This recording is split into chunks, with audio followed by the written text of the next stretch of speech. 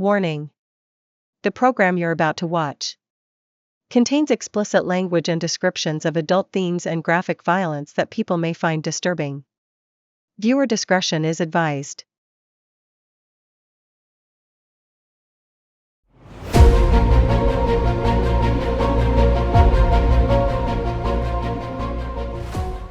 Yamil and Karda rushed to the nearest elite base, their urgency evident in every step. As they entered, Yamil wasted no time. "I need to speak to the president," she demanded. The soldiers quickly connected her to the president's secure line. A moment later, his face appeared on the screen. "This is Lieutenant Yamil. We have a situation at large," she stated firmly. The president's expression remained composed. "What kind of situation?" Yamil's answer was cold and direct. "Total annihilation." The president narrowed his eyes. "What army is capable of doing that?" "Not an army, sir," Yamil replied grimly. "Just one person, Kadaj." The president's face paled slightly, his eyes widening. There was a brief silence before he finally spoke. "Meet us at our table." The call ended. Karda turned to Yamil. "I can gather our knights. We're going to need them," Yamil agreed. Without hesitation, Karda took an aircraft back to her territory. Meanwhile, the president issued an emergency order. The entire elite army was to assemble. Over 1 million soldiers answered the call, standing in formation, prepared for battle. Then, another 2 million force arrived, one that had once been their enemy. The Knights of the Vanguard rode in on horseback, their banners billowing in the wind. They had once fought against the elites, but today they stood as allies. Hours passed as the troops gathered. Finally, the moment arrived. The president, Yamil, and Karda stood on a massive stage before the assembled forces. The president stepped forward. His voice, steady and commanding, echoed across the vast battlefield. "Citizens of the world, today we face a threat unlike any we have seen in 1,000 years, a threat that could end mankind." He took a breath. "This threat is known as Kadaj. Unless we stop him, we will go extinct. But we will not go quietly. We will fight for our kind. We will fight for our survival. We will fight for our world." A deafening roar erupted from the soldiers, their voices united in determination. As security escorted the president away, Yamil and Karda boarded an aircraft. Seated across from each other, Karda stared ahead, lost in thought. "Makes sense now," she murmured. Yamil raised an eyebrow. "What does?" "The device," Karda explained. "It was Jadak. It was meant to contain Kadaj. Someone chose a weakling to trap Kadaj inside, to make sure he didn't have enough power to reappear." Yamil frowned. "So how is Kadaj able to show up now?" Karda's eyes widened as realization struck. "You guys did it!" Yamil was taken aback. "Us? How?"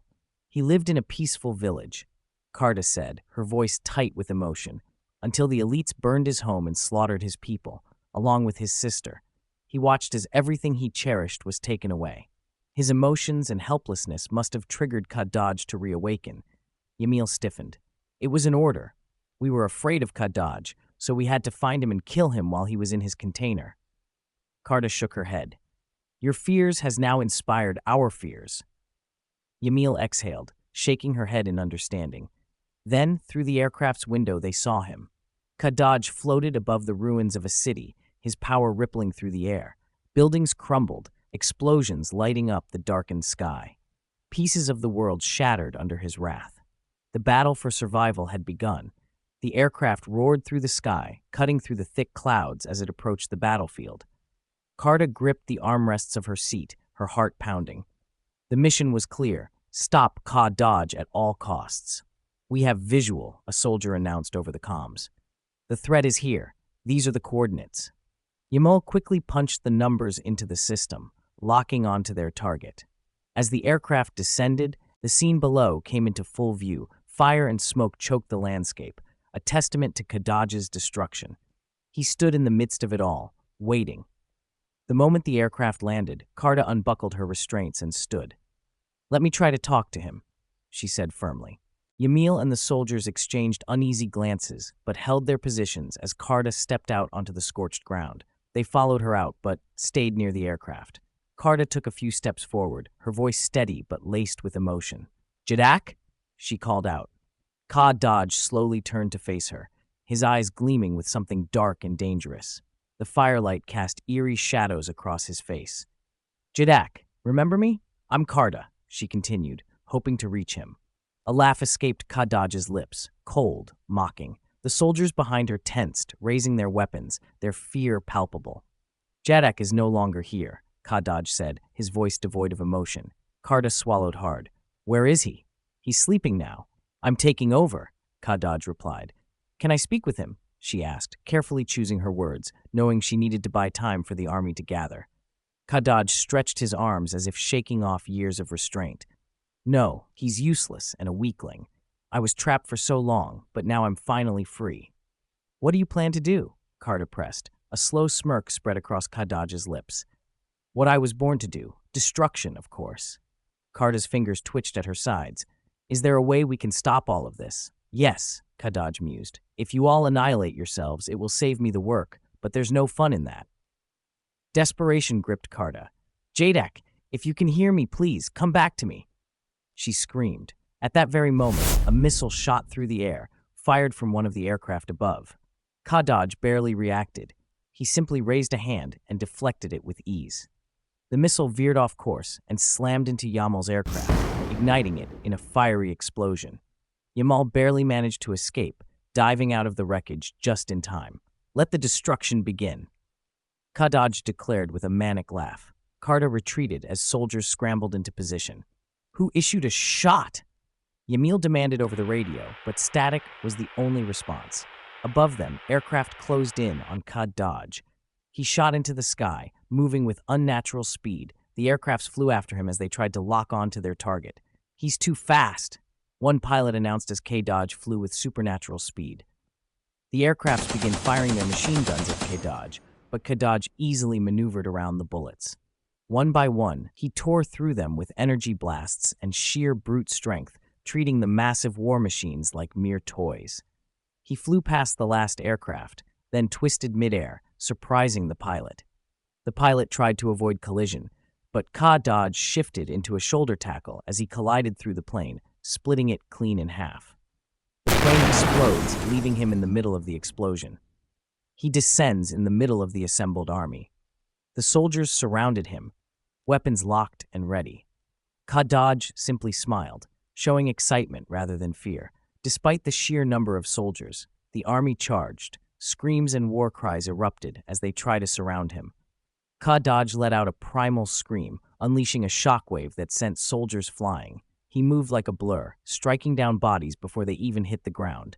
His blows were merciless, unstoppable. His final body was met with a heavy axe kick. The soldier lands with a loud thud, cracking and shattering the ground like a web beneath the fallen body. He lands, then turned to face a side of the army. Fear swept across the field. Most of them hesitated to attack. Kadaj, sensing the hesitation, he smirks, then dash into the crowd. Try as they might, Kadaj rushed them with ease as bodies fly and the army dwindles down. The battlefield became a graveyard within minutes. In desperation, the military deployed tanks and artillery. Kadaj, unfazed, raised a hand. Splitting open the sky, a deep, guttural roar filled the sky as a monstrous beast emerged from an open portal from Kadaj's will, the ancient creature he had once battled in the forest. The ground trembled as the beast lunged, tearing through metal, soldiers, and crushing tanks beneath its massive claws. Its brute strength picks up tanks and throw them into other tanks and artillery. A pile of broken metal laid in waste. Kadaj and his summoned pet moved in perfect harmony, decimating the remaining forces. The remaining tanks' artilleries synchronized their attack on the beast. One shot lands as the beast tumbles. Other tanks catch the monster in midair, shooting a barrage of explosive into the monster. Kadaj looks over to his pet in mid-destruction. He noticed his summoned pet was in danger. He flies to the last tank about to fire. As the tank released the shell, Kadaj appears in front of the pipe and catches the warhead. He shoves it back into the pipe. The combustion explodes, breaking the pipe. This buys enough time for his pet. The monster lands, digging its claws into the ground to stop itself. It roars and plants its hand and feet into the earth. It gathers a huge energy bomb with its mouth. It retaliates with the blast, shooting into the remaining tanks and artillery surrounding area. The metal war machines shattered into pieces. Only smoke and flames were left. With a final roar, it disappears back into the portal. By the time the chaos settled, more than half the army had been wiped out. Inside the war room, the president stood frozen, staring at the battlefield through a live feed. "They're dropping like flies," an agent muttered. The president's voice was barely above a whisper. "What kind of monster is he?" "Not a monster, Mr. President. He's a demigod." An agent corrects him. The president stood in silence. Back on the field, Kadaj hovered above the smoldering ruins. He lifted his hand, gathering energy into a crackling orb of devastation. Then, he threw it. The explosion was deafening, obliterating what remained of the army. A huge mushroom cloud was left in its wake. He slowly descends as he smirks. Flames engulfed the land as Kadaj grinned, satisfied. And yet, somehow, Karda and Yamil still stood. A lone elite soldier, battered and bruised, stumbled toward Kadaj. He looked around, seeing his dead comrades lying on the ground lifeless, with rage in his eyes. "You monster!" he bellowed, charging with his last ounce of strength. Kadaj caught him effortlessly and crushed his skull in his grip. "Kadaj!" Yamil screamed. Kadaj turned, unbothered. Yamil raised her gun and fired. With a flick of his wrist, Kadaj caught the bullet. Eyes wide with shock, Yamil tried again. Before she could react, Kadaj dashed forward. In a blur, he struck her multiple times, his speed rendering him almost invisible. She barely processed what had happened before the pain registered. She fell to her knees, then collapsed unconscious. Karda rushed forward, but skidded to a halt when Kadaj turned to her. Slowly, she dropped her sword. "Jadak, please, if you're in there, I need to talk to you." Something flickered in Kadaj's expression. A hesitation. "Karda?" Jadak's voice broke through. Her breath caught. "Jadak, you have to stop Kadaj." "What?" He looked around, confused. "Jadak, Kadaj is you. You are Kadaj." Kadaj snarled, regaining control. He lunged, grabbing Karda by the throat and lifting her off the ground. She struggled, gripping his wrists as she gasped for air. "Jada, you are stronger than him," she choked out. "Enough!" Kadaj roared, hurling her into the air. As she fell, he kicked her with brutal force, sending her crashing into the terrain. The moment she lifted her head, Kadaj was already in front of her. Weakly, she whispered, "Jadak, I need you." Something inside him shifted. "Karda." Jadak's voice was clearer now. "I understand now." He turned to a fallen knight's sword and picked it up. Kadaj fought back, wrestling for control. "Hurry!" Jadak shouted. "Kill me before it's too late." Karda hesitated, her grip tightening on the sword. Kadaj took control again. "You will die." Jadak bursts out, his body trembling with resistance. "Hurry! I can't hold him much longer." He screams and struggles, his movements erratic as if battling an unseen force. Karda grips her sword tightly, her heart pounding. She takes a deep breath, steadying herself for the strike. But just as she prepares to bring her blade down, she stops. The sword slips from her hands, clattering to the ground. Instead of striking, she steps forward and wraps her arms around him, tears streaming down her face. "I can't," she whispers into his ear. "I don't want to lose you." She believes she is speaking to Jadak, but in that moment, it is Kadaj who hears her words. Kadaj stiffens, shocked by the warmth of her embrace. Her words pierce through him, cutting deeper than any blade ever could. For the first time, he feels something foreign yet undeniable, a connection. "I never felt this warmth before," Kadaj murmurs, his voice almost trembling. Karda pulls away suddenly, searching his eyes. "It doesn't matter if you're Kadaj or Jadak," she confesses. "I love you just the way you are." A battle rages inside Kadaj, but her words tip the scales. His emotions overwhelm him, pushing him back. Slowly he fades, and in his place, Jadak returns. His eyes shoot open in disbelief. "I'm not dead yet?" he gasps. Karda's face breaks into relieved joy as she throws her arms around him. Happy tears spill down her cheeks. Confused but touched, Jadak embraces her back. The battlefield stills. The chaos settles. The war, for now, is over. An agent rushes toward the president. "Mr. President, we are safe now." The president exhales, relief washing over him. That's good news. In the days that follow, peace takes root. The knights and elites, once bitter enemies, become allies. Together, they rebuild Jadak's village, restoring what was lost. Families return. Life begins anew. Jadak stands quietly before a grave, the name Iris etched into the stone. A gentle breeze rustles the leaves. Karda approaches him. "How are you feeling?" Jadak takes a breath, then hands her a delicate flower. "An iris," Karda says softly. A small smile tugs at his lips. My sister says hi. Carta lets out a quiet laugh. Tell her I said hi too.